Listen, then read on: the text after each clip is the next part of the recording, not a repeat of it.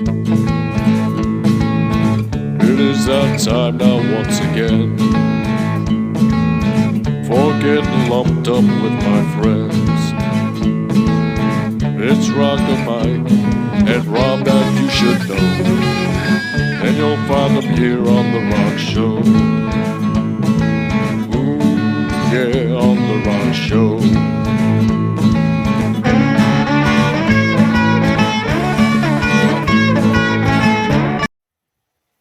Hello, people, and welcome to another show, the Rock Show, episode 149. Jesus Christ, 149 of these. Can you believe it, Mike? Yeah, man. Unbelievable. And we're hitting next episode is 150. Mm-hmm. So who do we have today? Who are we talking Well, about today? this is for Black History Month. Okay, we always celebrate that since we've been doing the podcasts. The contribution of African Americans in music, especially rock music and jazz, is just, you can't deny any of that. So I like to celebrate some stuff that maybe people haven't heard about, and we've done good the last couple of Februaries. But this week we've got Sony'r Ra. Okay, Sony'r Ra, what a name, what a character. Yeah. Sony'r Ra was out there. Okay, but he was very influential to a lot of rock musicians as well. And it's kind of like, people admitted it, but it's kind of like not as well known. Okay. In the late 60s, you had this kind of like convergence of rock music and jazz. And it's really never been duplicated, I think, at any other time in history. But, you have like this bands like that were coming up, like the MC5 and the Stooges, very heavy, somewhat psychedelic influenced, but not, more just like heavy proto-punk kind of stuff, being influenced by Sony'r Ra and a lot of free jazz. Yeah, they call it Afrofuturism. Yeah, Afrofuturism. I was like, Afrofuturism. Actually, I'll just mention it quick that this month being February, there is something at Carnegie Hall. It might even be right as we're talking. You'd have to look it up online. Afrofuturism. There's a whole week or two of it going on at Carnegie Hall. It's the Sony'r Ra Arkestra. It's not orchestra, it's Arkestra. Okay. Yeah. It is playing in February. So if you see this show, if you want to check them out, they're probably either just played or about to play. It's Afrofuturism is kind of like this mix of black culture or even, straight up African culture and technology. And in Sony'r Ra's time, his peak time was the 60s and 70s. It was almost like the space age kind of stuff and a little bit of sci-fi thrown in there. Okay, yeah, he was Sony'r Ra would wear the whole orchestra would wear ancient Egyptian-based outfits. He dressed like a pharaoh. Okay, the music was just like if you can make jazz like 3D chess. That was his jazz. The kind of jazz he made. It way complicated. But he was loved by a lot of rock musicians. He opened for a lot of bands in the 60s and 70s. Even in the early 90s, before he passed away, he opened up for Sonic Youth.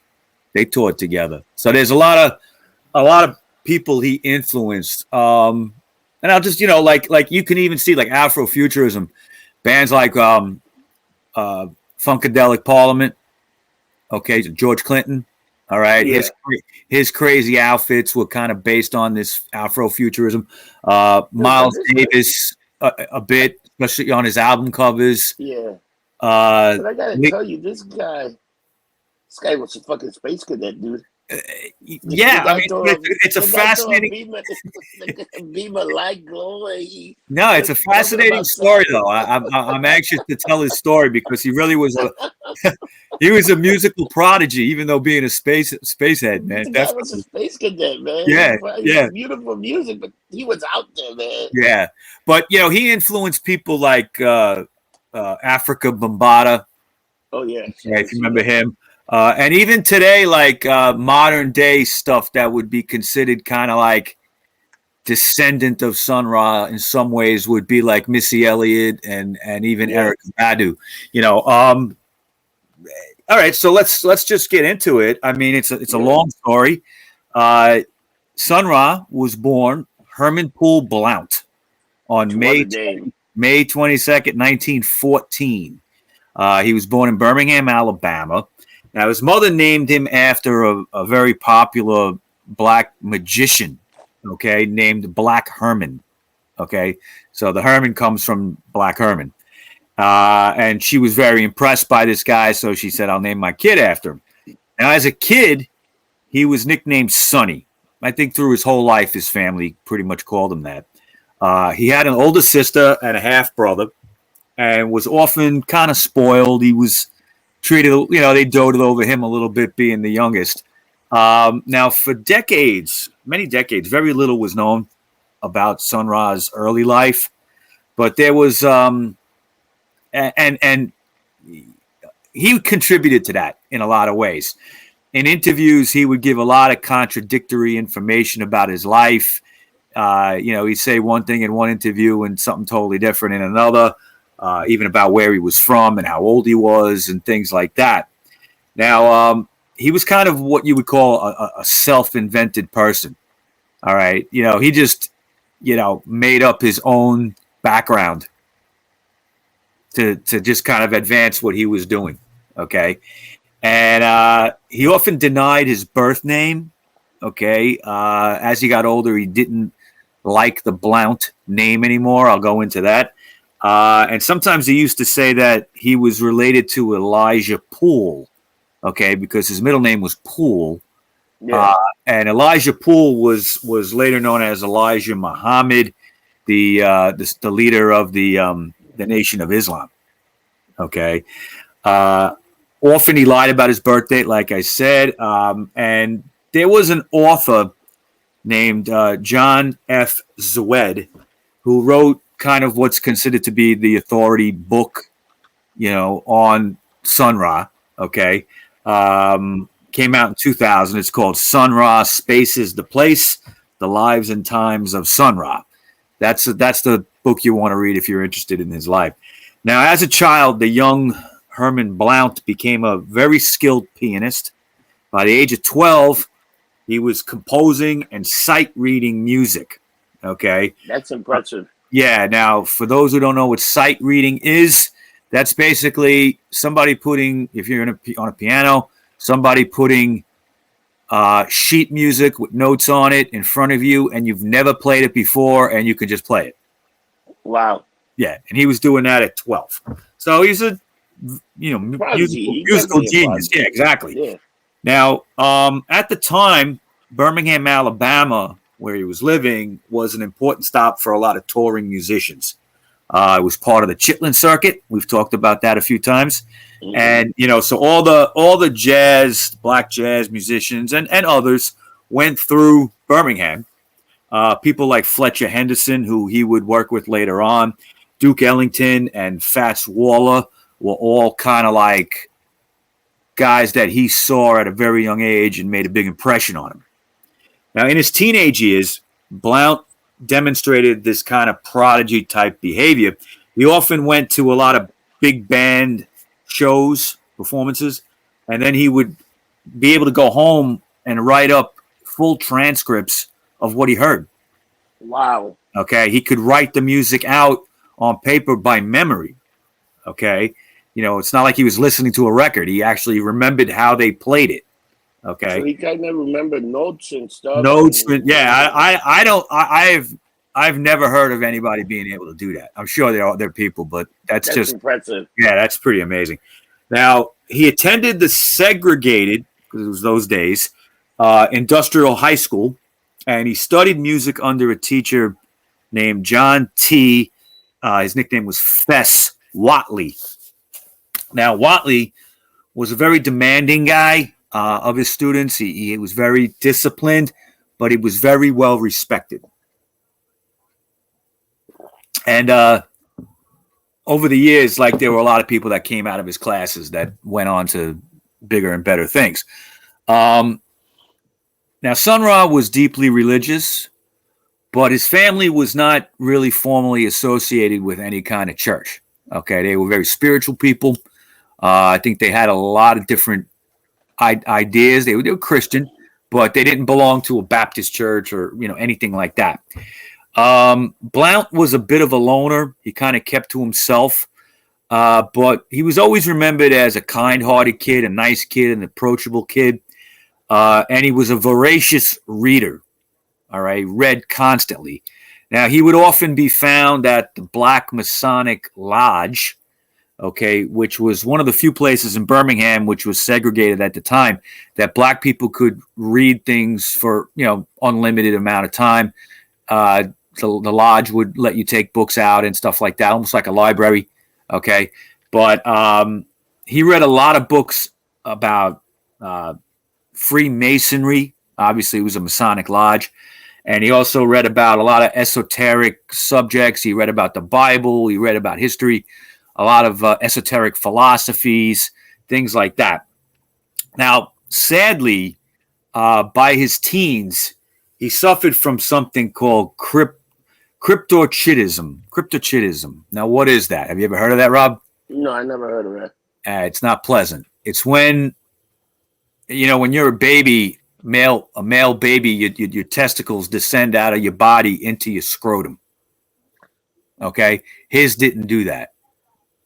Okay, it's natural to do that. Okay, but if it doesn't happen, your testicles stay inside, and it can create a lot of pain at times. Okay, so he had this for his whole life. All right, and it caused a lot of discomfort for him at times. And he was also very embarrassed of it. It was something that, he didn't like to talk about. But it kind of made him be a little bit isolated. He kind of stayed away from people, especially when he wasn't feeling well. Okay. So by 1934, Blount was offered a full-time musical job by Ethel Harper, who was his biology teacher in high school. She had organized a band to pursue a career as a singer, and he joined the Musicians Trade Union right away and toured with Harper's group through the Southeast and toured the Midwest as well. Now, Harper, during this tour, decided to leave the band for a singing career up in New York City. She ended up in a somewhat successful singing group at the time called the Ginger Snaps. Okay. Now, Blount took over the orchestra. He became the band leader when she left.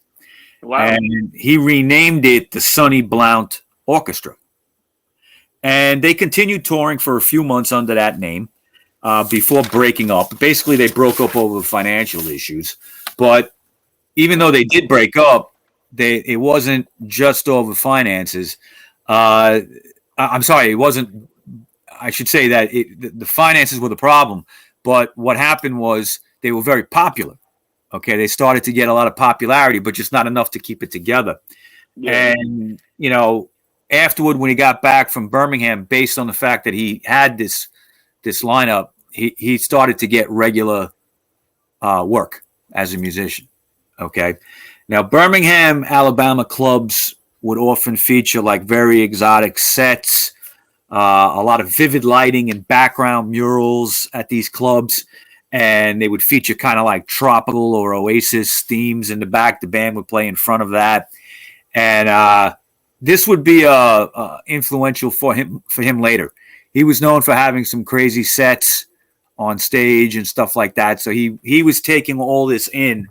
And later, when he did become Sony'r Ra, it would all come out. You'd see it. Big bands in those days would give Black people a sense of pride. It was something that everybody liked.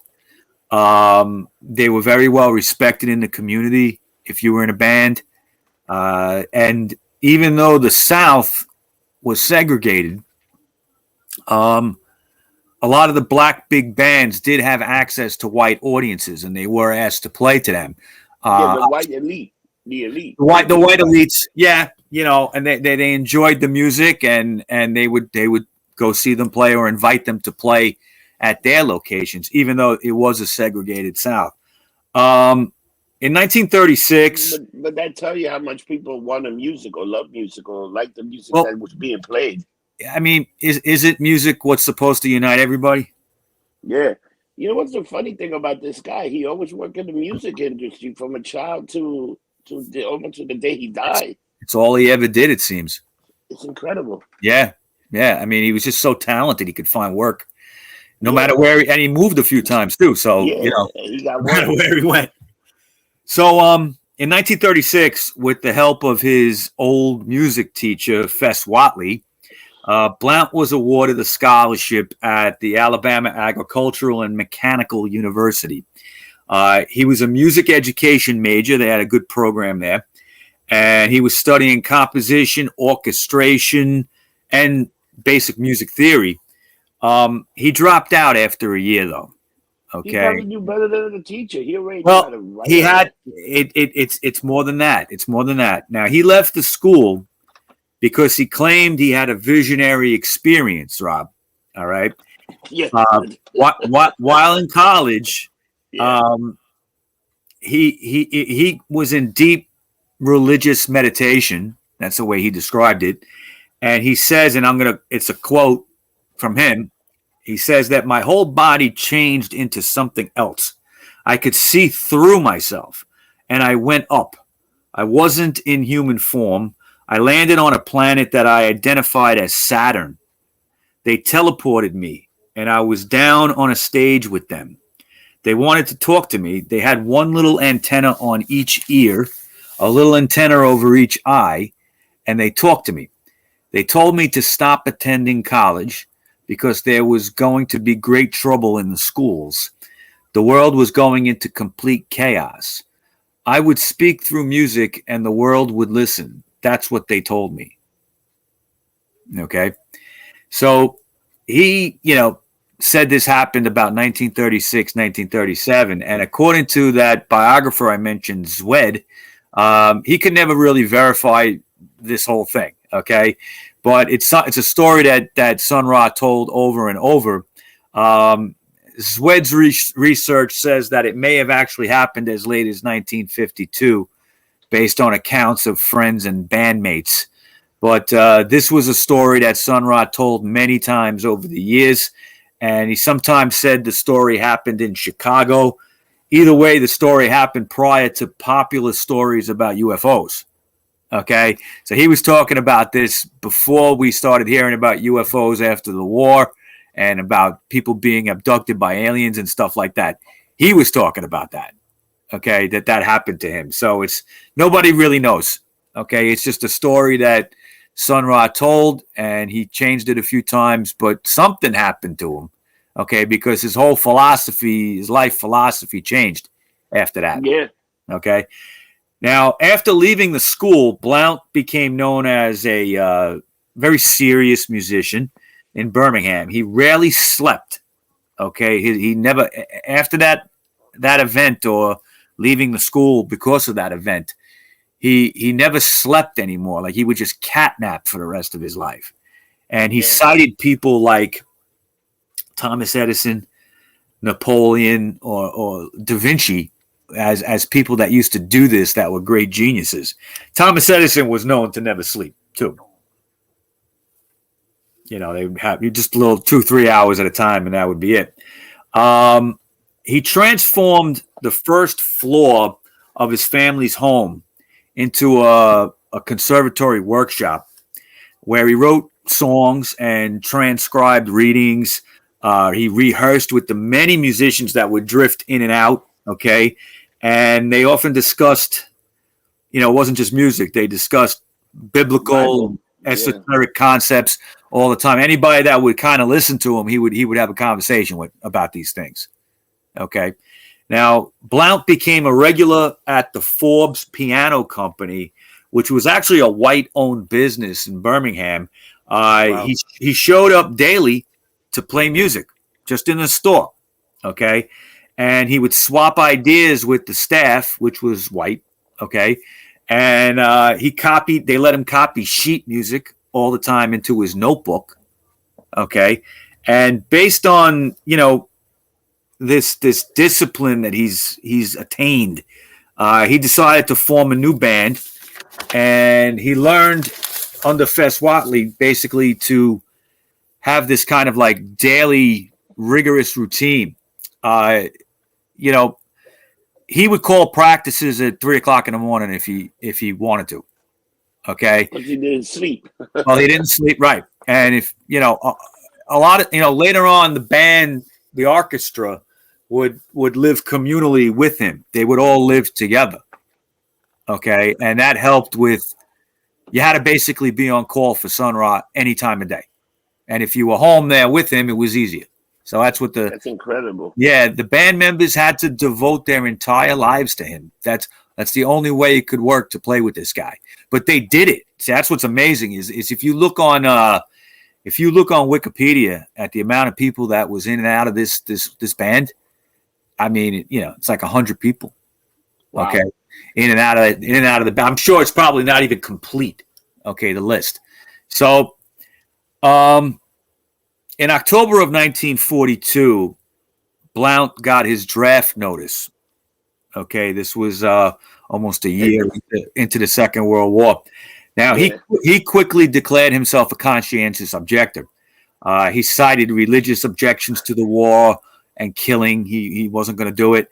His great aunt, Ida, was somebody that he had to take care of. Okay. And he had a hernia that was not repaired. It was a chronic problem for him. Okay. So he cited to the draft board these three things as a reason not to go. And the draft board refused his claim. So he complained right away that, there were no black men on the draft board, and that was discriminatory.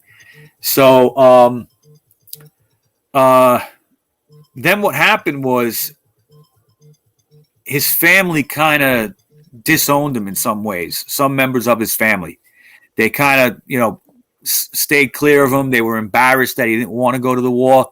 If you were considered like 4F, okay, which was the status, it was a bit of an embarrassment. What's wrong with you? Why aren't you overseas fighting? Yeah. Okay.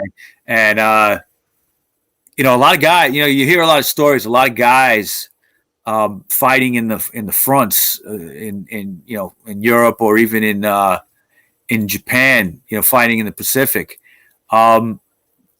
The enemy would, the Germans and the Japanese would use like psychological warfare against them and have like loudspeakers, and they'd have somebody talking to them. And sometimes what's that movie? You're talking about that movie that they were doing that. Yeah, you've seen it in some movies, even in the Korean War, they did that, in the Vietnam War too. But what I'm saying is what these people would do is they would tell our armed servicemen that the 4F guys were banging their wives back home. So it was not a good thing.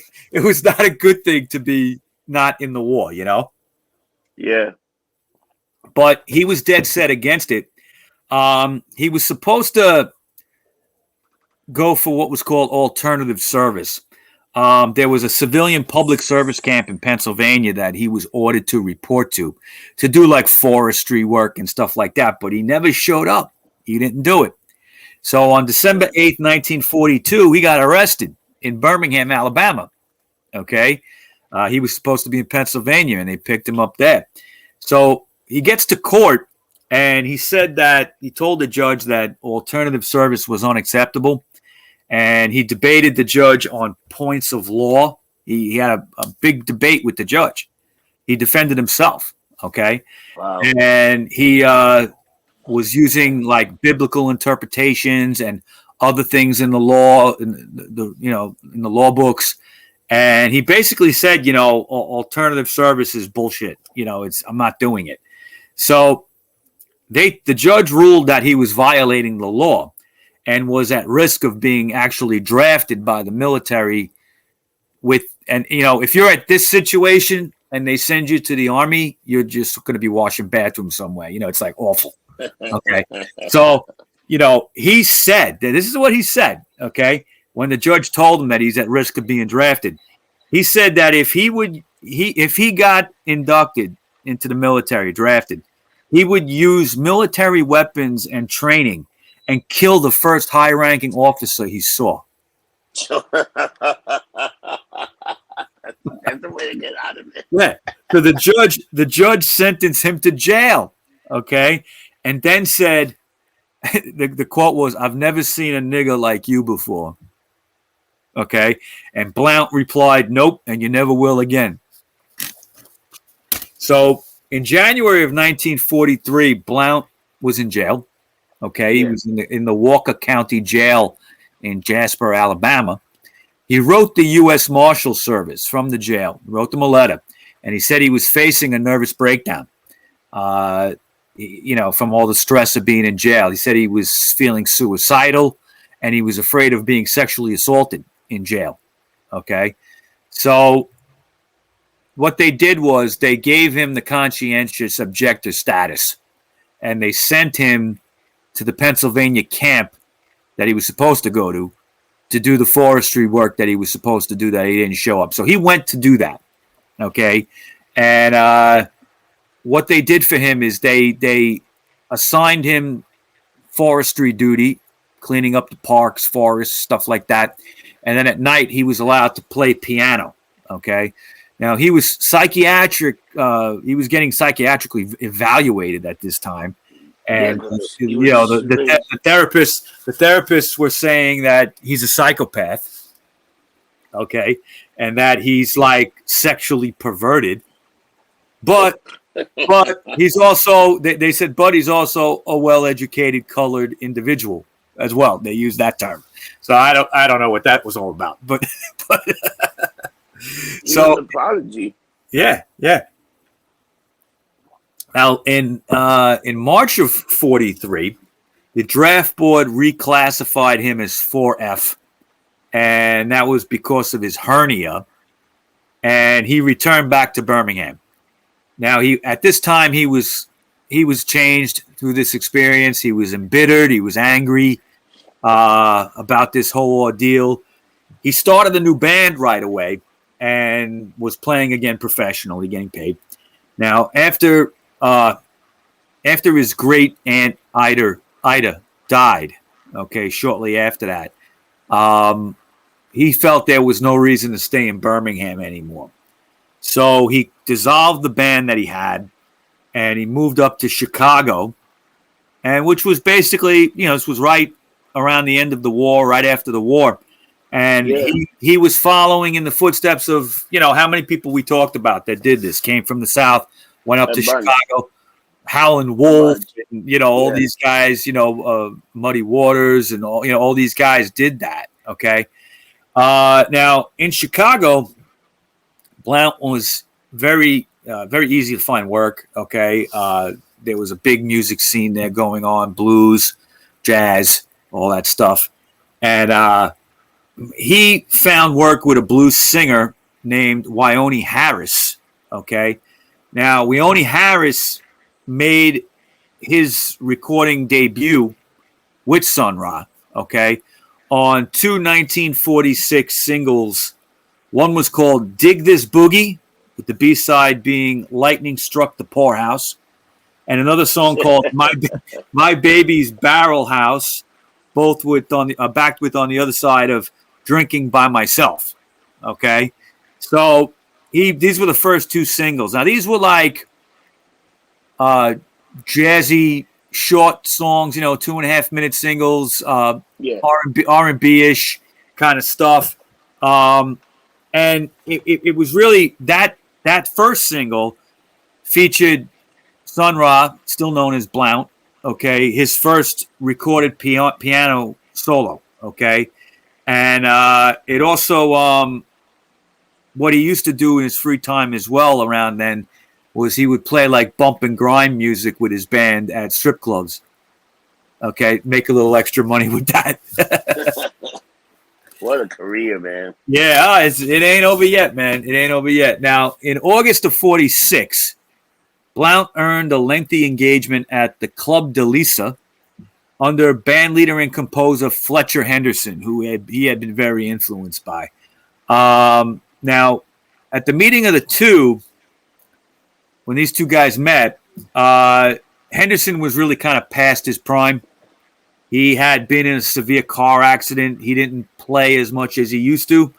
He had a lot of injuries related to that accident that prevented him from playing regularly. But his band was kind of like a little unstable because of that. He wasn't able to keep, high-rated musicians in it. So he kind of had second-rate guys in the band. But Blount was hired as a pianist and an arranger.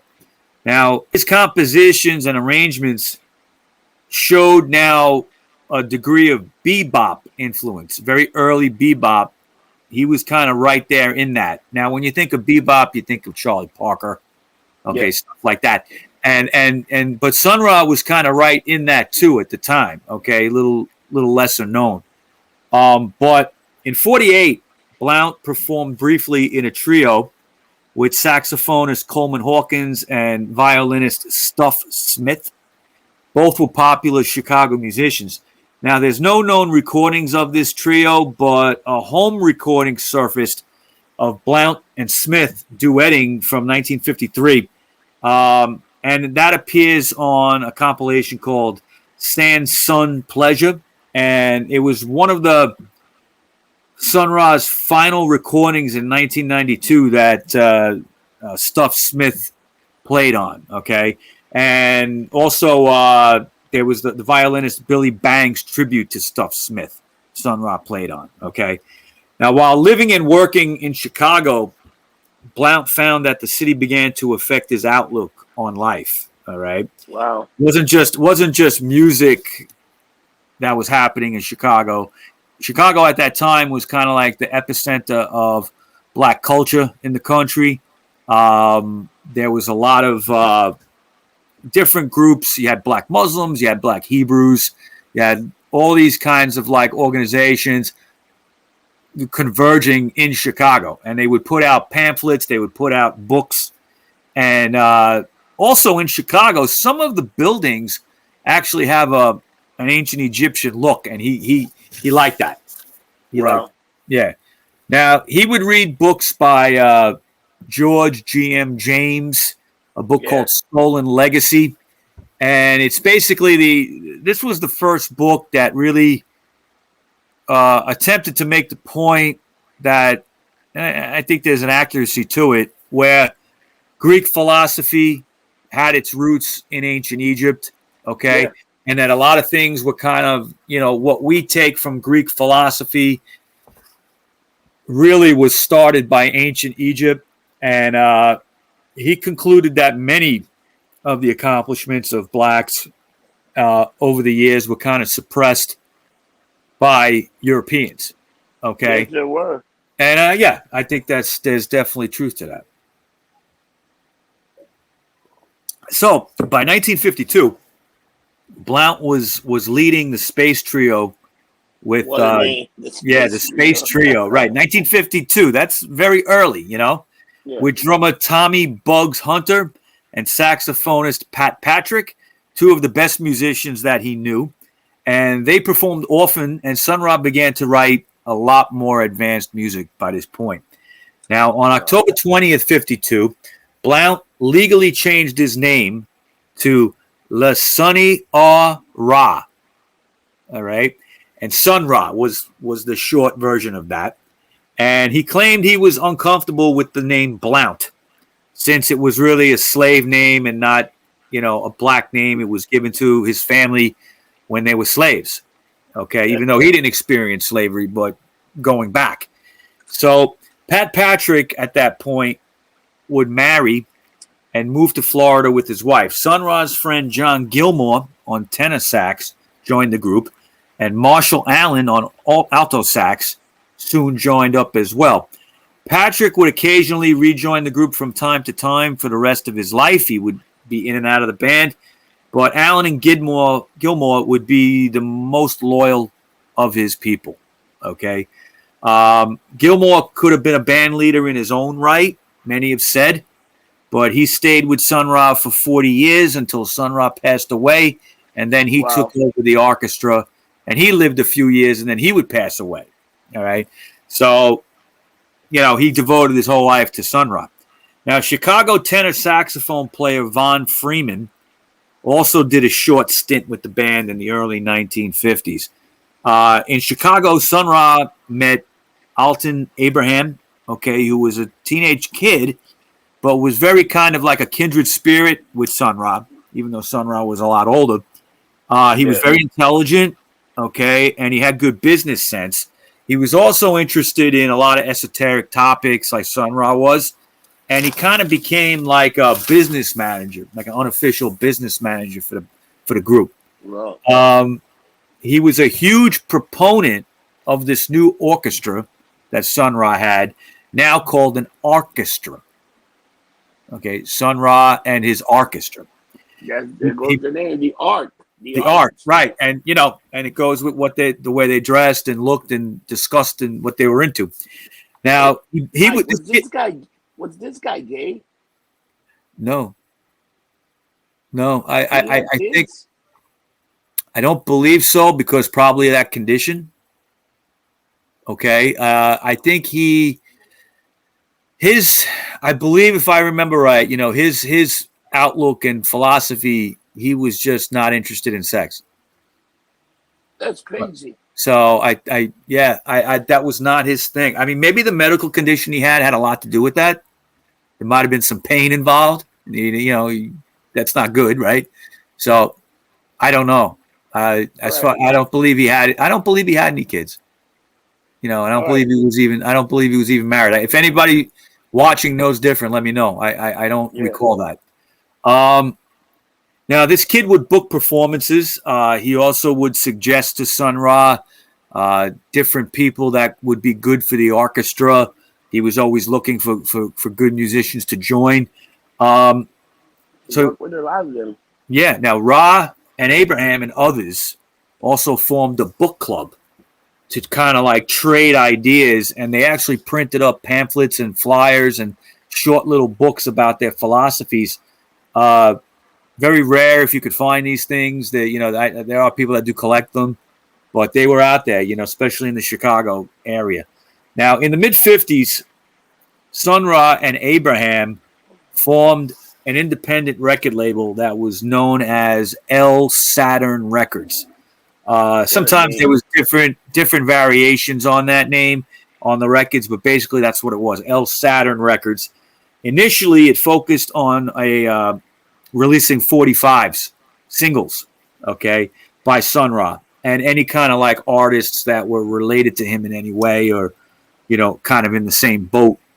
Now, Saturn Records, he pretty much got his own independent record label. He got his own independent label, which was a hard thing to do, in those days. Saturn Records issued 2 full-length albums during the 1950s. You had Supersonic Jazz in 1957, and another album called Jazz and Silhouette in 1959. But it was producer Tom Wilson, who would later work with the Velvet Underground, and others, to really release the first Sony'r Ra album through his independent label called Transition Records. That was in 1957, prior to Supersonic Jazz, and it was entitled just Jazz by Sony'r Ra. Tom Wilson's a very interesting guy. There's a documentary that's coming out about him. It might be out already, but I don't think so. I think it's about to. Very interesting guy. A black producer in an era when there weren't really any. There were very few black producers, if really any, worth talking about. He worked with a lot of people. He worked with Bob Dylan. He worked with the Velvet Underground and a lot of people, a lot of white artists also. So it's very interesting that, of course, he produced the first Velvet Underground album, and you go like, well, it's like one of my favorite records of all time, Yeah. So, we should do a show on him. Maybe I'm going to find out what's going on with that documentary, Now, during the era of this time with Saturn Records, Sony'r Ra recorded the first of a dozen singles as a band for hire. Okay, he would work with doo-wop artists, R&B singers, the backing band was Sony'r Ra's band. So he was kind of like, he's making money in all different ways. He had his own compositions, but then he would work with other people, and the orchestra would play straight up R&B. They could play anything, okay? And he would work with different people just as background musicians. Yep. These were all reissued as a 2 CD set called The Singles and it was released by Evidence Records. You can get that. In the late 1950s, Sony'r Ra and his band began to start wearing outlandish Egyptian-looking outfits, okay? Also kind of like sci-fi themed kind of sets, and, they were discussing space, and the album covers looked futuristic, okay? It really kind of like, it was really an expression of Sony'r Ra, really just what he was, okay? And the space age, basically. They provided a lot of recognizable uniforms. I mean, everybody who saw them knew who they were. And he even looked at it as comic relief in a way. Okay. It was comic relief. Yeah, because he said that a lot of avant-garde, which is what he was really more than just jazz. It was really just out there avant-garde artistry. Yeah. Okay. A lot of people like that take themselves very seriously, and he just was like not like that, So he considered, well, you can laugh at us too if you want, basically. I'm definitely laughing because those get-ups.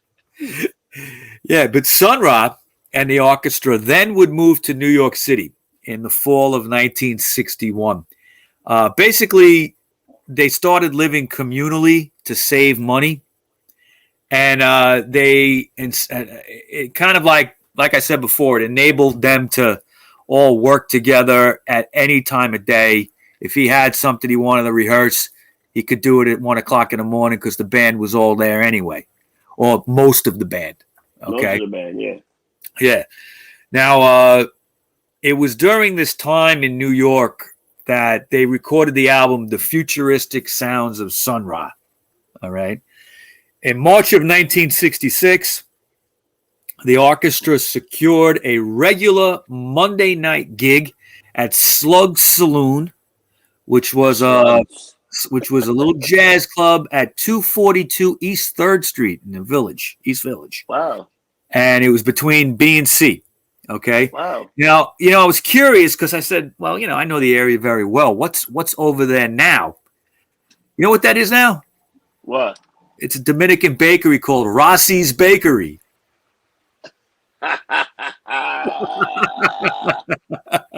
Wow. So no relation to you, Rob Rossi. They actually spell it with a Y at the end instead of an I. I order food from there. The food is good.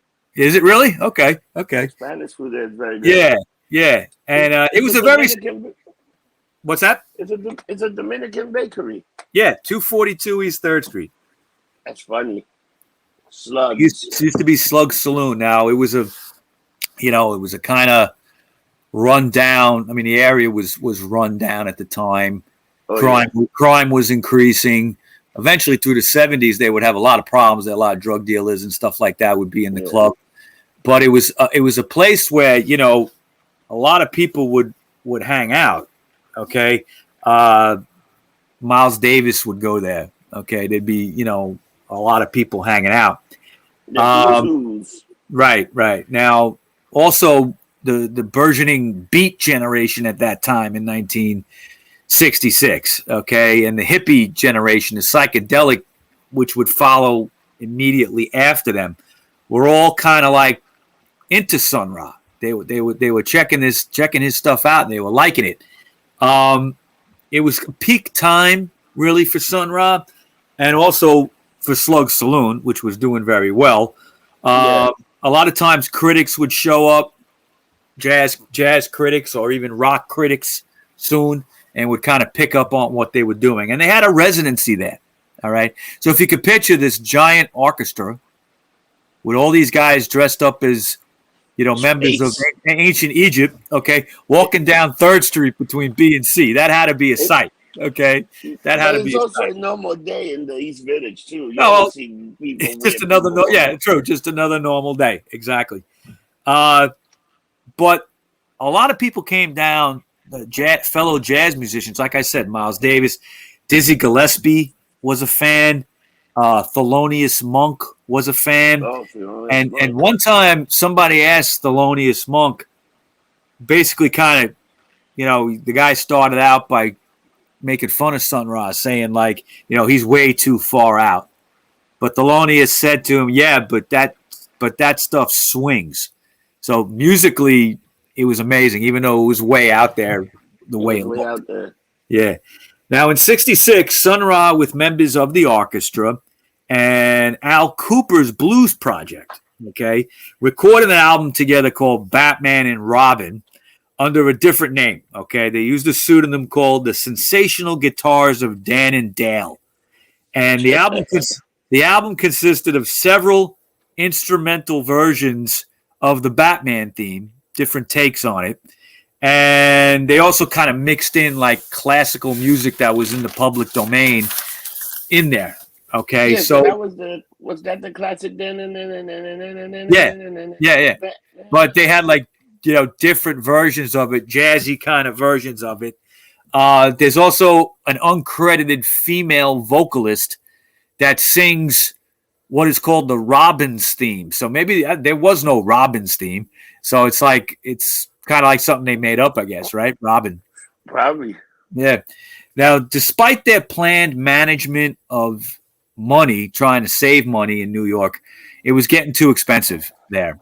And the band ended up moving to Philadelphia after their New York City apartment that they were renting. The whole building went up for sale. So they had to get out. All right. And they ended up going down to Philly in 1968 into what was called then the Germantown section of Philadelphia. Sony'r Ra moved into a house on Morton Street that became the orchestra's home base, basically. Okay, it was where they would continue until his death in the early 90s. Apart from maybe some complaints about noise with the band, he was very well liked in the neighborhood. The neighbors respected him because he was very friendly. The band members were friendly with the neighbors. They also did not do drugs. It was something that they were against. Okay. Sony'r Ra, I don't believe would drink, though some of the other guys did, but they kept it to a minimum. They just never got crazy. They were pretty sober guys, They didn't get lumped up. No, it looks like not too much. It seems okay, and definitely not at gigs. That was always a point. Saxophonist Ray Thompson would also own a small convenience store. He owned and ran it in the neighborhood there. So he was, helping people and making things good for the neighborhood through that way. Yeah, the Pharaoh's Den. Right. It was called the Pharaoh's Den. Yeah. Yeah. And when lightning struck one time at this tree across the street from their house, Sony'r Ra took it as a good omen. So James Jackson, who was part of the orchestra, he took wood from that tree, and he made a drum out of it, and it was called the Cosmic Infinity Drum.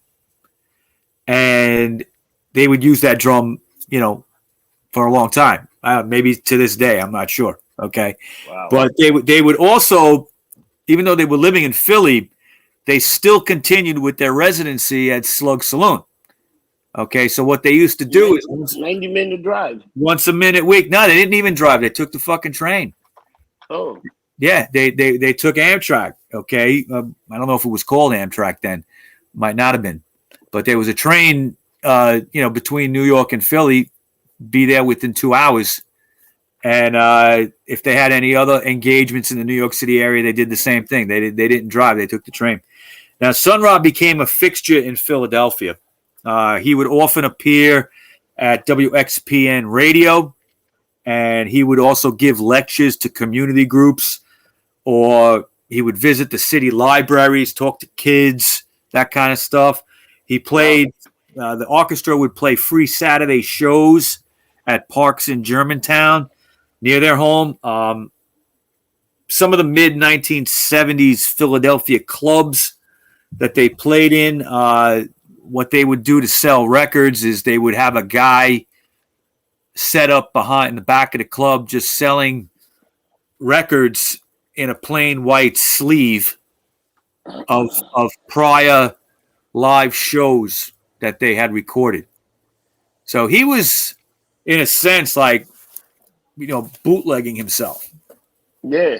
There's Sony'r Ra stuff that the amount of bootlegs over the years is unbelievable. It's like he's got way more bootlegs than he does regular releases.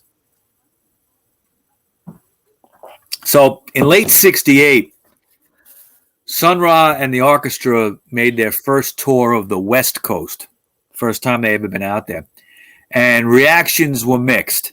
Now, you might think, the whole country was like the hippie generation. That wasn't really true. Yeah. Okay. On the East Coast, you had a different type of mentality. Some of the East Coast, what would be known as hippies, wouldn't have gotten along with the West Coast ones. All right. For instance, like the Velvet Underground, even though they were never hippies, but they hated playing the West Coast because they hated those hippies. So it was kind of a similar thing with Sony'r Ra. Not that he hated the hippies, but they didn't know what to make of him. Okay. And the orchestra, they were used to like these long Grateful Dead jams and stuff like that. And he came out with this like insane free jazz / visual experience with lights and costumes. And, it was just everything. Like, they didn't know what to make of it. I mean, it's just like the hippies in LA didn't know what to make of Alice Cooper at the same time. Alice Cooper would play, and if he played, the club would empty out. So, it was a similar thing with Sony'r Ra. I believe Alice Cooper cites Sony'r Ra as an influence too. I believe. Okay. This guy influenced a lot of people, man. Yeah, yeah. Now, by this time, the orchestra had 20 to 30 musicians at times, and he had dancers, he had singers, more than one. Wow. One particular singer that would be with him for a long time would be June Tyson, a very interesting lady. She's featured in you could see her in the Space is the Place movie and documentary about Sony'r Ra that came out. God, I think it came out about 1980. That documentary, something like that. Wow. But the movie Space is the Place is I'll get into it in a little bit. But it was a movie that came out in the early 70s based on his album, The Space is the Place, and he stars in it with people in the orchestra. It's a crazy movie. But now John Burks of Rolling Stone magazine wrote this positive review of a gig at San Jose State College. Sony'r Ra was then, it was considered a great article, so they put Sony'r Ra on the cover of Rolling Stone, okay? And that was April 19th, 1969. And his face became known to millions at that point, obviously. Yeah, because you're on Rolling Stone, you're on the cover. That was a big thing back then, yeah. Now, during this tour, Damon Choice, who was an art student at San Jose, joined the orchestra. So it was after the performance there that he got a student from the college to actually be part of the band. He played what was called vibraphone. Okay, in 1970, starting in France and Germany and the UK, Sony'r Ra would begin to tour internationally. All right, Europe was a place that until the end of his life, the orchestra would be very popular, and he would play there and be able to make money.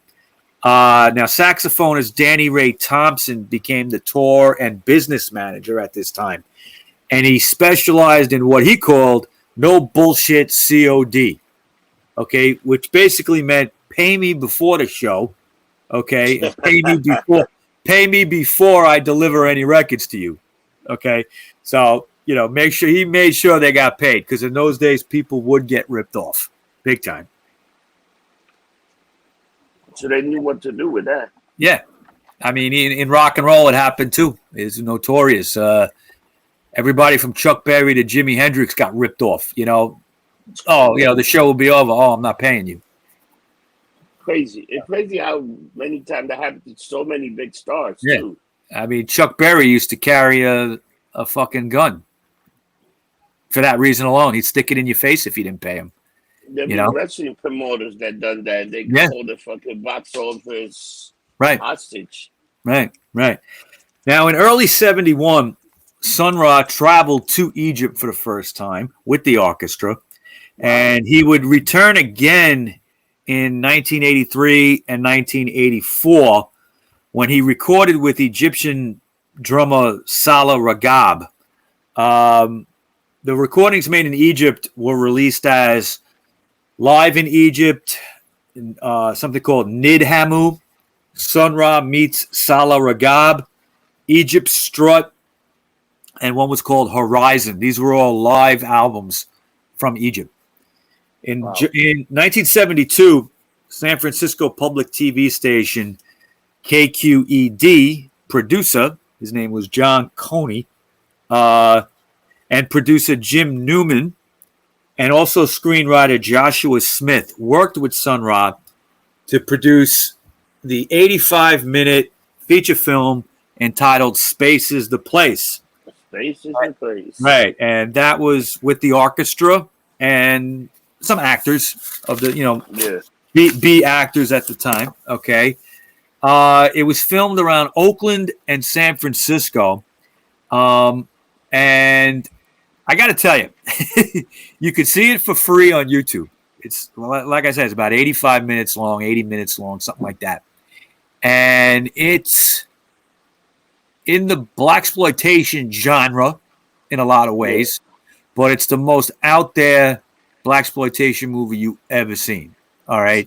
Basically, the premise is that Sony'r Ra is a well-known jazz musician who just traveled to Saturn and is on his way back in a spaceship. Okay. And he comes out and he hasn't been seen for a while. So he's coming back. You see him, traveling through space in this like weird looking spaceship. It looks like it has two eyeballs on it. Okay. And then he flies into the atmosphere, and it's funny because there's like a TV announcer going, "Oh, I think I see Sony'r Ra now. Here he is." It's like this spaceship is landing. Okay. And he comes out and he's dressed like a pharaoh. He's got people holding his cape up behind him, and he's just walking with all these. He's got like a headdress thing that's like this tall on his head. Okay. And then it goes to a part where he's like in a club.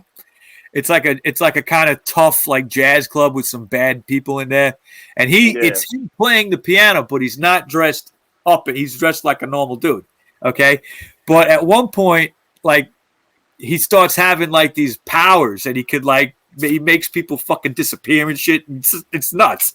Okay, and people start like the place starts blowing up, and there's like all this destruction.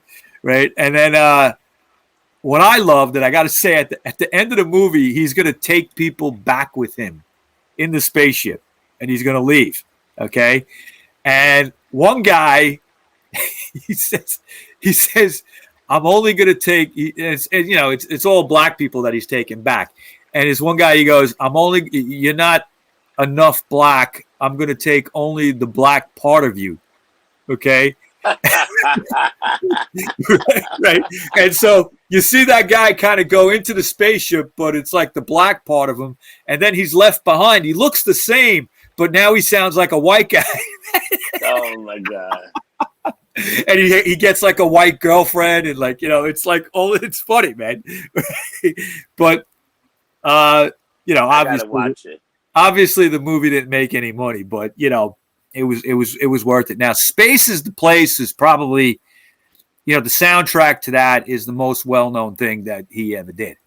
Okay, as far as any kind of commercialness, Now, in 1975, there was a show in Cleveland that Devo would open for. Okay, and in very early form of Devo. And in May 20th, 1978. Sony'r Ra was actually on Saturday Night Live. Wow. Okay, so he was through the 70s, right? He was through the 70s. He was still popular. In New York City in the fall of '79, Sony'r Ra and the Arkestra played as the house band at what used to be called the Squat Theater on 23rd Street. 23rd, right between 7th and 8th, kind of like it's a the movie theater is. Yeah, there was that before that was there. There was smaller, lower buildings, I think, and it was one of those there. It was something called the Hungarian theater troupe that used to play there all the time at the Squat Theater. Very avant-garde kind of stuff. And whenever the troupe was away, they would go to Europe and play. They would book other things, and Sony'r Ra was one that they booked regularly there at that time. Debbie Harry was known to come down. She lives right over there anyway. John Cale, who used to be in the Velvet Underground, was very involved with coming down to see that. Nico, also part of the first Velvet Underground album, she was there a lot. Lots of like avant-garde pop artists. Andy Warhol was interested, stuff like that. And again, you mentioned, we were talking before if they got lumped up. I mean, they were known to be very disciplined. And even at these later gigs in their career, they still didn't really drink. Sony'r Ra would drink club soda at the shows. The band might have a drink, but not when they played, like that. So at this point, when he was directing the band while they played, he also played 3 different sets of synthesizers at the same time. Okay, so he would stand in front of the band and direct them, and he would have in a circle kind of like three keyboards around him. You could see shows online with this, how he did it. Amazing to see somebody play 3 sets of keyboards at the same time. That's crazy, man. Yeah. Now, the Arkestra would continue through the 80s and into the 90s.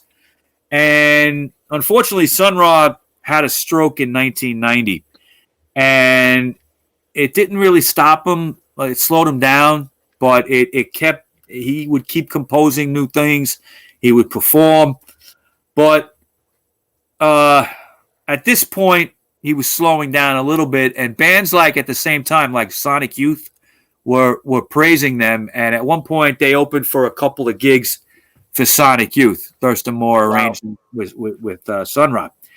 That's pretty amazing. Yeah, but even though he had the stroke in 90, he had to slow down because of illness, and he would eventually pass away in 1992 in Birmingham. He moved back for his family to kind of take care of him, all right? And his older sister and a cousin took care of him for a short time, until unfortunately he passed away in January of 1993. He died in the hospital from a variety of things. He still had complications from the stroke.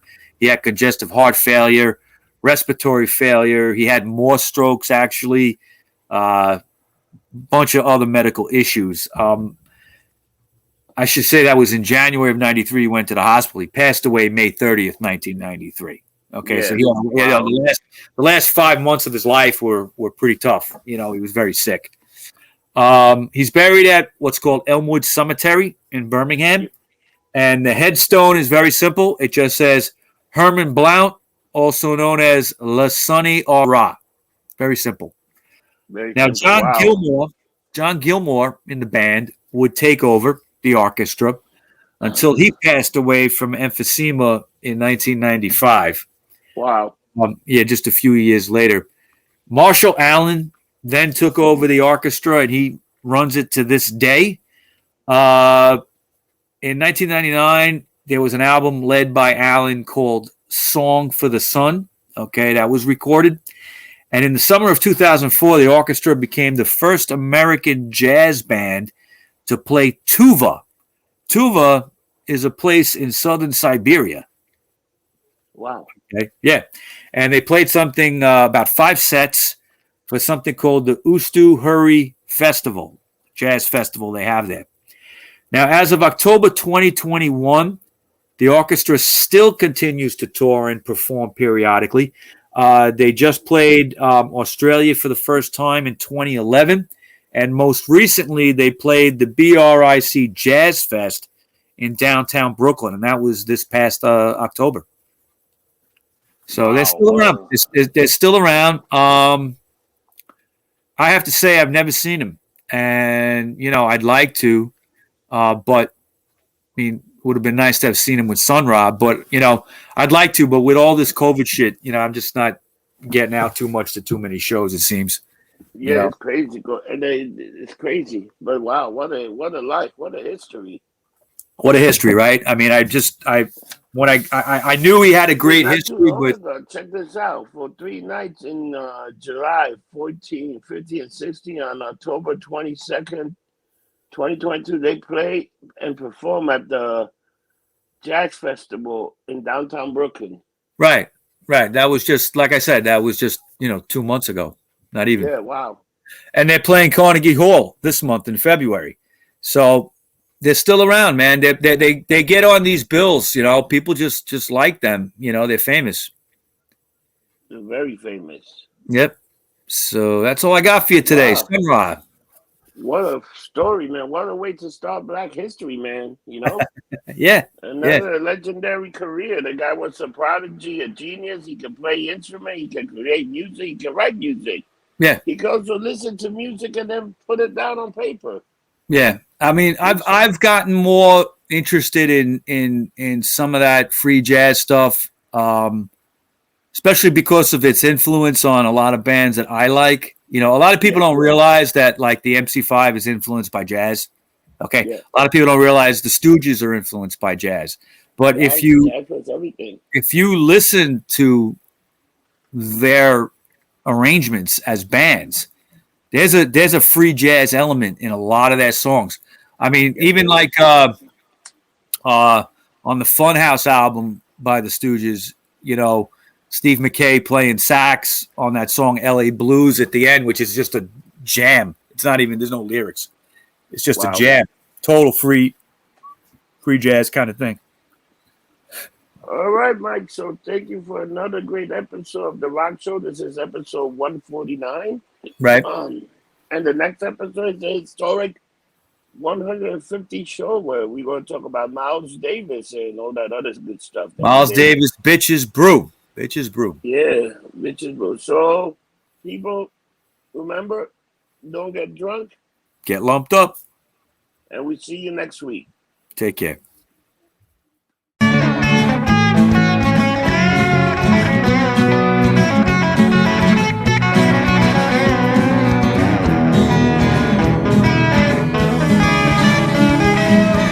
The only podcast you will hear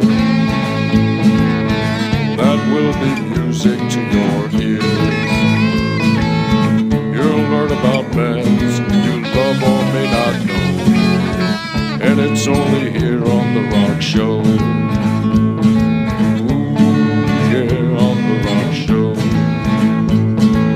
Ooh, yeah, on The Rock Show. So tell your friends and everyone you know. Let's get lumped up on The Rock Show.